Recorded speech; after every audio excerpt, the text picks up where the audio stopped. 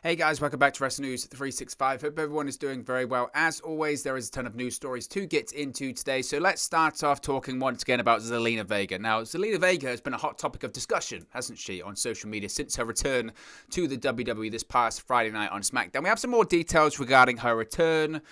Reportedly, some WWE officials apologizing to her subsequently deleting arguably her most infamous tweet, the I support unionization tweet that she did prior to her release last year. There's so much to get into regarding Zelina Vega, so let's get into some of the stories talking about her since her return. She's even commented talking about dirt sheet writers trying to come up with lies about her. It's just the topic of Zelina Vega, and I was almost hesitant to start off with this today because, frankly, we spoke about it over the weekend, and my opinion really hasn't changed, and maybe my opinion on it is different to other people. I know a lot of people are saying, oh, what a sellout, or she's gone back to WWE, she doesn't actually support unionization, oh, she's gone back to the big machine and all that kind of stuff, and really, my opinion on that hasn't changed as much to say that if we're going to blame Zelina Vega for selling out, that's what people go, oh, you're such a sellout, how dare you go back to WWE, what a sellout. If we're going to blame Zelina Vega for that, again, we have to look at ourselves because Zelina Vega's WWE release is a part of a bigger conversation about the independent contractor issue in professional wrestling, about in WWE third-party ownership and third-party platforms and all that kind of stuff, and health insurance, medical insurance, dental insurance, all that big, murky underbelly of pro wrestling that we don't like to talk about. That's where Zelina Vega's WWE release, that's where that fell into all of that. And us as fans and people like Andrew Yang, who got involved, going, I tell you what, when Joe Biden gets voted in, Vince McMahon better watch out because I'm coming for him. All of that, after a while, just disappeared. And we moved on and we found out some other stuff to be angry about. We found other things to talk about. Other things drew our ire. And we got angry about that. And we forgot. And yet we expect Zelina Vega to sit at home and just not side with anyone. But because she's got to stand for unionization, even though I did for 5 minutes, but now I'm going to move on and talk about something else. People moved on. And at the end of the day, she's still an independent contractor. Nothing's changed about that. And she's got to make money somehow. Now, some would say, well, why does she have to go back to WWE? Maybe because that's what she's comfortable with. Maybe they offered her a good deal. And at the time, her husband still worked there and her friends are there. She could have gone to AEW. I don't know if there was interest. She could have gone to Impact Wrestling. There probably was interest. Could she have got the deal that she's got now? I don't know. She was obviously very happy working in WWE before her release, before the whole third-party stuff happened in the first place. Maybe she saw the writing on the wall and thought, you know what, why am I sitting here being a martyr for something that people aren't fighting for anymore? Because no one's fighting for this issue anymore. It's done. It's a dead issue. Like it's always been in pro wrestling. Every time it gets brought up, people go, wait a minute, yeah. There should be a union. Yeah, they should be part of SAG. Yeah, there should be health insurance and medical insurance. Yeah, that's right. And then they give it a week, and then they get, the shiny toy comes out, and then they go, oh, what's that? I'm going to be angry about that instead. Chris Jericho falling off a cage. I'm going to be angry about that instead. Or Piper Niven's called Doudrop. I'm going to be angry about that instead. Zelina who? Union what? Oh, no, I'm distracted about something else. I've moved on. That's how it works. And that's what WWE count on, by the way. They know that's going to happen. That's how PR firms work. They'll say to WWE, just leave it. It'll blow over. And Vince McMahon's not stupid. Now, again, coming to all of these stories about Zelina Vega, despite Zelina Vega's late 2020 release, there were some within the company that didn't agree with the move. This is according to PW Insider. Now, those within the company pushed for an open line of communication with the WWE superstar. WWE executives reportedly apologized to Vega, and she eventually agreed to a new offer to return to the company. It was said that each side came to a compromise and an understanding of both perspectives. Now, some people, again, will look at that and say, well, that's just WWE winning. And maybe, like I said, maybe it's just a case of Zelina Vega was sat at home and she was thinking, you know what? I really didn't like how that ended up in WWE, but ultimately, my dream was to work there. My dream was to work for WWE. And I was doing great stuff there, and I do have unfinished business there. And I do want an open line of communication. And when they say they reached a compromise, who knows what that actually means? Who knows if they said, yeah, you can carry on streaming? I doubt that. when they come to compromise, we're going to talk about the deleted tweet in a second. I would assume it's a case of, look, we'll apologize. Maybe you delete the tweet. We might make some concessions about streaming at a later date, maybe once we've returned to touring. But we just want to get you back. We want you to do what you love to do, and that's perform in front of a crowd. And come on, let's work this out. And frankly, I think this is going to sound crazy, and people will think, you're clutching at straws there, Owen. But I think this stems back to CM Punk. And the reason I say this is because I think WWE learned a lot. I really do. I think WWE learned a lot about how badly they handled the CM Punk departure, because I think ultimately they realized, and CM Punk even concedes this himself, by the way, that if they'd have just had an open line of communication, this is after CM Punk got suspended back in 2014, after he walked out and after they said, you know what, we're suspending you, you're going to miss WrestleMania. He said so in his podcast appearance with Colt Cabana way back in the day, that one that got him in so much trouble. They said to him, he said, look, at that time I would have been, I was going to get married, but I said, look, I think you got a text from Triple H, and he basically texted him back going, look, I'm getting married, I'm going to go on my honeymoon, but when I get back, let's talk, let's figure this out. Kind of with the idea being, let's have an open line of communication, and we'll figure something out. And you never know where CM Punk would be today. If that was the case, maybe he would have gone back. Maybe he would have signed a new deal. And I think they've kind of realized that when it comes to how badly the CM Punk issue was handled of, when these things happen, whether it's Zelina Vega, whether it's Aleister Black, whether it's whoever, whether it's, Sasha Banks after WrestleMania 35, of people going, you know what, I want to leave. Or when they clash with officials over, like Zelina Vega, third-party ownership or whatever, and it looks like there's no way they can come back. There's no way they can come back. They want to leave. WWE, in fairness, have got better at, let's give them space, and we'll talk when we want to talk. And, she's not the first person to leave WWE and come straight back. She won't be the last. Samoa Joe just did the same. And, again, I don't blame her. I really don't blame her for making money. I really don't. She's an independent contractor at the end of the day. And that's it.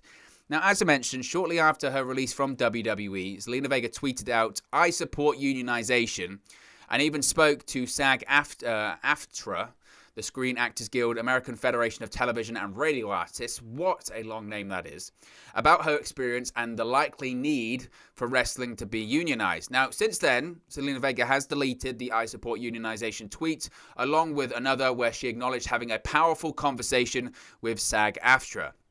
Now, after her return, Zelina Vega tweeted out the following: "What to take from tonight? I'm back.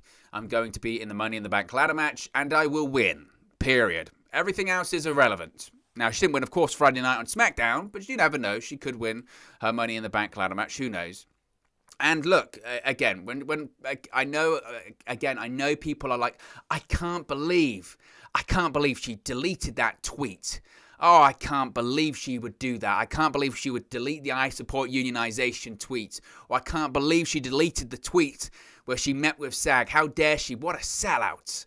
What a sellout Zelina Vega is. And there's people on, not just on Twitter, by the way, people on YouTube that are going way too crazy for my liking, by the way, over pro wrestling. I mean, I get a bit animated, but Lord, some of the people getting so angry, man, oh man. It's just a show at the end of the day. Come on. The people that are getting angry that she deleted that tweet, again, it's in that report. There was an open line of communication, and for her to return, you really think WWE, let's be honest here, this is a publicly traded company. They've got shareholders and stockholders that, by the way, would lose a fortune, a small fortune, if WWE had to provide medical and health insurance. I'm not defending WWE. They should. I don't like the independent contractor ruling. I think it's BS. I think it's a loophole, and I think it's a way around the system that's been around for way too long and has made WWE way too much money. And these guys that are just busting their behinds every single, 300 plus days a year away from their family, have no medical insurance, no health insurance, is nuts. And they don't get their transportation paid for. They don't get their hotels paid for. It's insane. Frankly, it's absolutely insane. But you have to be a realist here, and that if they hired Zelina Vega back, And she still had that tweet on her profile saying, I support unionization. And I met with SAG and it was very powerful. What would that look like for WWE? Let's be realistic. Let's live in the real world about all of this. And that's the problem. All of these people criticizing Zelina Vega on social media and on YouTube and wherever, they're not living in the real world. You have to look at any news story in context. And that's what people refuse to do. I think some people are just angry that Zelina Vega returned to WWE because she didn't go to AEW. Oh, I can't believe you returned to WWE. Why didn't you go to AEW with Andrade? Well, why not? Why not? She would still be an independent contractor there.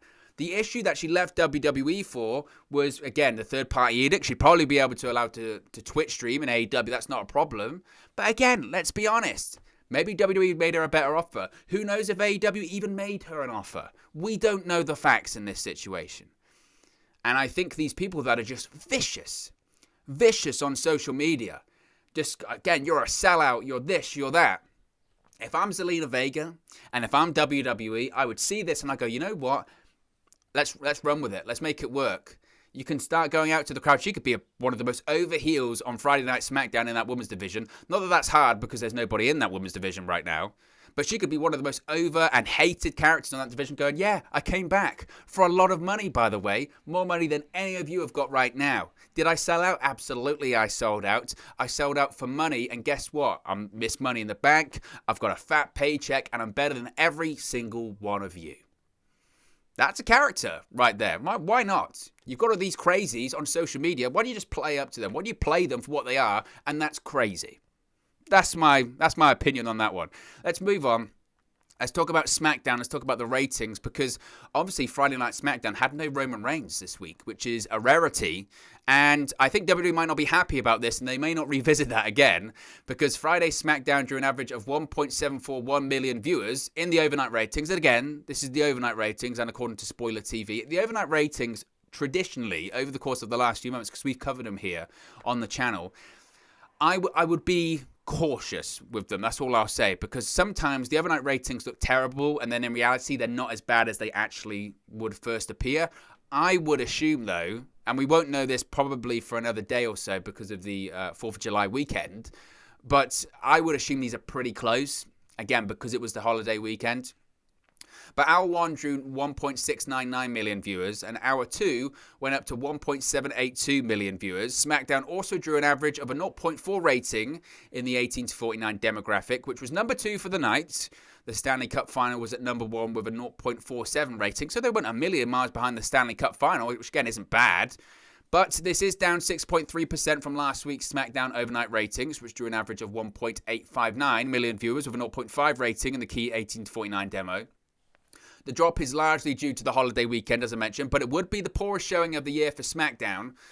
I think in general, again, when you talk about holiday weekends, I don't like to put too much stock in them because I know, for instance, like with Raw, people will be all over Raw because again, but they'll be down. Like for instance, tonight the numbers, there's no way they'll be good. They'll be down. They're down anyway, but certainly coming off of a holiday weekend, they'll be down.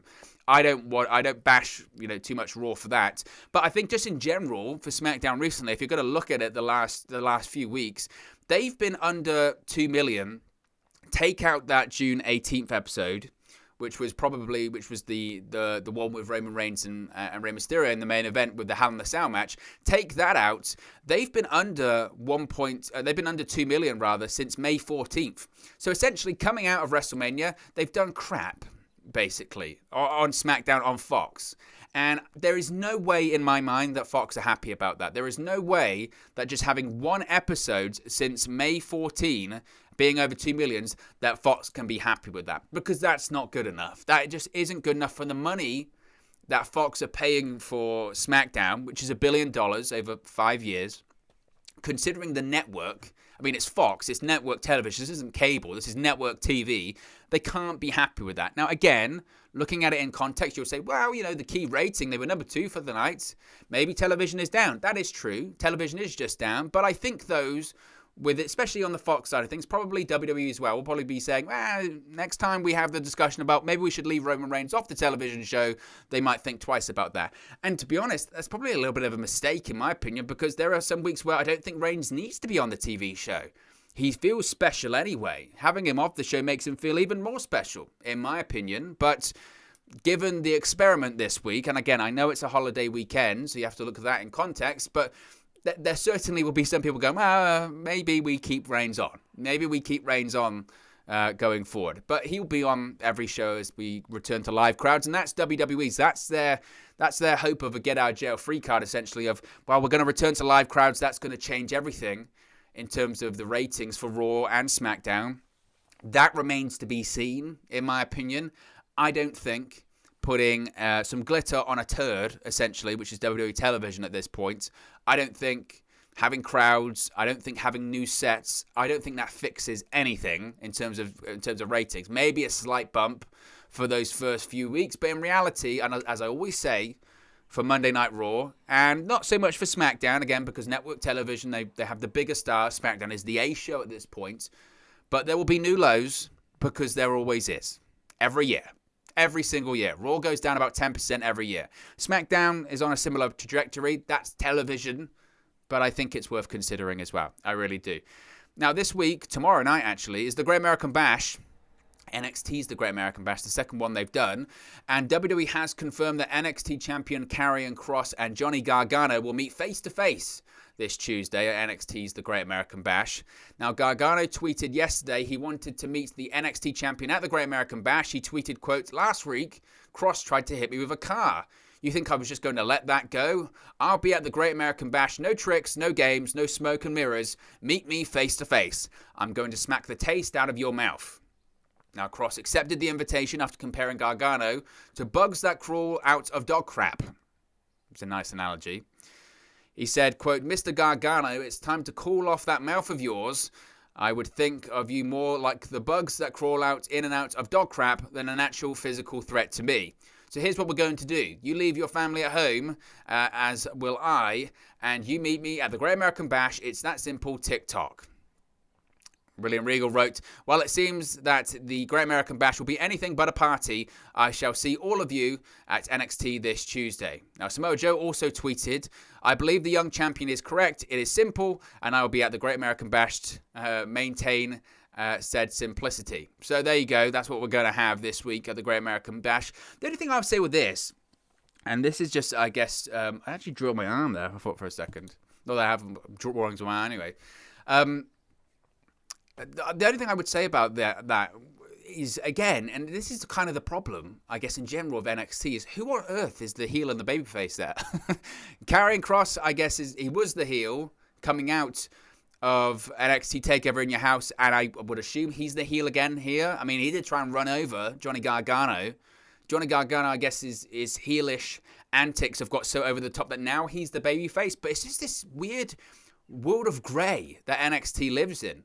Maybe that's part of the problem with their own ratings, is that sometimes that show is just kind of sometimes confusing. When you really ask like logical questions like, who's the good guy here? You don't know. And I understand that some people might go, that's very progressive of NXT, very progressive, because nowadays there are no good guys. It's all shades of grey. I don't know about that, though, because for me, as a slight traditionalist, not as much as other people, but as a slight traditionalist, I would argue that you do need a heel and a babyface. That's just how it works. I don't know. Well, we'll wait and see. I think I'm going to do a post-show reaction stream to the Great American Bash on Tuesday, so be sure to check that out on the channel as well. Now, yesterday, we were meant to see the Lex Luger WWE Icons documentary, but we didn't. It's not on the network.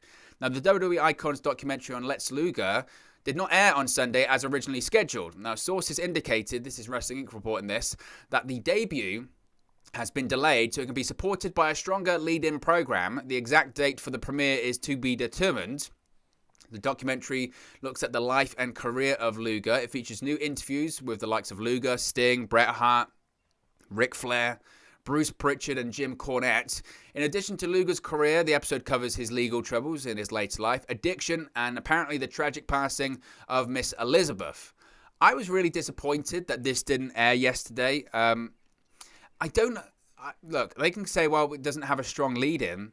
They knew that for months, right? They knew that for months. And wasn't the whole point that they were playing on the Lex Express thing, and it was going to be one of the anniversaries of when he body slammed Yokozuna on the Navy ship. That was the whole point. That was the point. It was to commemorate the anniversary of that. Lex Luger was trending because of that event. And I know they might say, well, it didn't have a strong lead-in, so it wouldn't have done as well because it wouldn't have had, it didn't have like Hell in a Cell like it did for Mick Foley, or it didn't have WrestleMania Backlash like it did for all of these other things. But I don't know. I just see that and I say, okay, so you're going to do that next weekend, or for Money in the Bank, maybe. I don't know, but I found that very disappointing. And they can say, well, it didn't have a strong lead-in, and maybe people were busy because of their 4th of July plans, but there were also a lot of people at home because of 4th of July that I think would have probably enjoyed watching that Lex Luger documentary. And they promoted it for, right up to it. It was only until, Friday or Saturday they decided to pull it. So that was a big disappointment to myself. I was really looking forward to that, and that's a shame, because these WWE Icons documentaries have been great. They've been really, really fun and enjoyable. So that's a massive shame for me personally. I wanted to talk about this. Tommaso Ciampa recently did an interview with Denise Salcedo of Sportster. And he spoke about his career in NXT. He spoke about recent feuds that he had. He spoke about all this kind of stuff. And he also spoke about his recent match he had against Walter at NXT TakeOver Stand and Deliver. Of course, he faced Walter at NXT TakeOver Stand and Deliver. Was that night 1 for the NXT United Kingdom Championship? And he spoke about it and made some interesting comments about himself that I wanted to comment on. He said, quote, "I was happy with the match. I think for me, really though, it was one of those, I just remember going into it I feel like I got to remind people. I didn't understand why, but I feel like in 2018, people kind of got how damn good I was. And then I broke my neck and I went away for surgery. And I get it, I took a little time off there, but I just feel like people don't realize how damn good I am. I am the best wrestler in the world, point blank. And I felt that in the Walter match. I guess I'll just remind people and see if they quickly forget again, or whatever it may be. But now it's time for Timmy and I to go and show people again at the Great American Bash, because of course they're challenging for the NXT Tag Team Championships. I totally appreciate, I really do, people believing in themselves. I totally appreciate people thinking they're the best at what they do. You have to. You have to believe in yourself. You have to have this inner belief that you are the best, or you are one of the best. But is Tommaso Ciampa the best wrestler in the world, point blank? I would answer no. I would answer no. No disrespect, Mr. Ciampa, but I would say no, you're not. But I do very much appreciate the desire to tell everyone that you are the best, and desire to try and prove that. And you have to sometimes wrestle with a chip on your shoulder. That's when some people do their best work. So I will credit you for that. But the answer would be no. You are not the best wrestler in the world. There are plenty of other people right now who I would say are performing at a higher level. Whether that's Kenny Omega, whether that's a Roman Reigns. People will say Roman Reigns, best wrestler in the world. Whether that's Okada, whether that's a Jay White, whether that was prior to his injury, a Will Ospreay. There are plenty of names in that conversation, but I wouldn't say Tommaso Ciampa. No disrespect. And he can say, well, in 2018, people were talking about how good I was because he was really good at that period of time. He was really good. He was the hottest thing in NXT. And people were excited to see what he did in the main roster. He got the neck injury. He had to go have, as he mentioned, some time off to heal from that neck surgery. It was a very serious neck surgery. Again, remember at that time, he just got called up to the main roster. There were obviously plans for Gargano and Ciampa to be on the main roster because they got called up with Ricochet and Aleister Black at the time. And because of Ciampa's injury, Gargano stayed on NXT. And Ciampa went away, had the surgery on his neck, and he's basically said he's got no interest in leaving NXT, primarily because his body wouldn't be able to keep up with the touring schedule that WWE has on Raw or SmackDown. So I don't see Ciampa going to Raw or SmackDown anytime soon. But the best wrestler in the world, I would have to say no. But credit for him for believing that. Finally, if you haven't seen this, it's great. It's really great. Because Becky Lynch, former Raw Women's Champion, and obviously returning to WWE very, very soon, narrated a video trailer to hype UFC 264 featuring Conor McGregor versus Dustin Poirier, number 3, on July 10. Now, over the years, obviously both being Irish, Becky Lynch and McGregor have supported each other, often through chats on social media, or more recently, Lynch promoting one of McGregor's charity shirts. Now, if you haven't seen the video, I would certainly recommend it. I would really recommend it. It's excellent. And I don't know if it was an actual UFC thing or was it just a UFC on BT Sport thing. I think it's just a BT Sport thing. That's who has the rights for UFC over here in the United Kingdom. But it's excellent. It's really, really excellent. It's absolutely brilliant. Now, if you're not familiar with the McGregor-Poirier Justin Poirier. I mean, Poirier, isn't it? Rivalry. McGregor defeated Poirier via TKO punches at UFC 178 in 2014, then lost to his rival via TKO at UFC 257 back in January. UFC 264 takes place at the T-Mobile Arena in Las Vegas this coming weekend. As I mentioned, when it comes to Becky Lynch, she is rumored to be returning very, very soon. She's been back at the Performance Center recently, backstage at SmackDowns. I suspect she's going to return on that July 16 episode of SmackDown, the first SmackDown in front of live fans for over 16 months. And I would suspect she's probably going to be feuding with Bayley heading into SummerSlam. But that's just my thoughts on the matter. But look, guys, as always, this is just one man's opinion. What are your thoughts on all of these WWE news stories we've spoken about today? Let me know your thoughts in the comment section below. I'll do my best to respond and reply to all of your comments. Really enjoy interacting with you guys, talking about WWE, AEW, Impact Wrestling, New Japan Pro Wrestling, all things pro wrestling here on the channel. So be sure to get involved with the community, drop a comment below. All opinions are welcome. If you have enjoyed this video, please do smash a like on the like button too. Really does help us out here on YouTube, get the rankings and get into people's recommendation feeds if they haven't seen our videos previously. But most importantly, if you haven't already, please do subscribe to Wrestling News 365. You can do that by clicking the bottom right hand corner of the screen right now. Or if you wait a few seconds, there'll be a subscribe button at the end of this video along with another video for you to watch. Thank you very much for watching, listening, streaming, or have you come across this video today. And I'll speak for you again very, very soon. Hey guys, thank you for watching, listening, streaming, or however you come across this video today. Be sure to click on the video on the right there to watch our next video, or click the bottom there to subscribe, or the bottom right hand corner. Thank you very much, and I'll speak to you again very soon.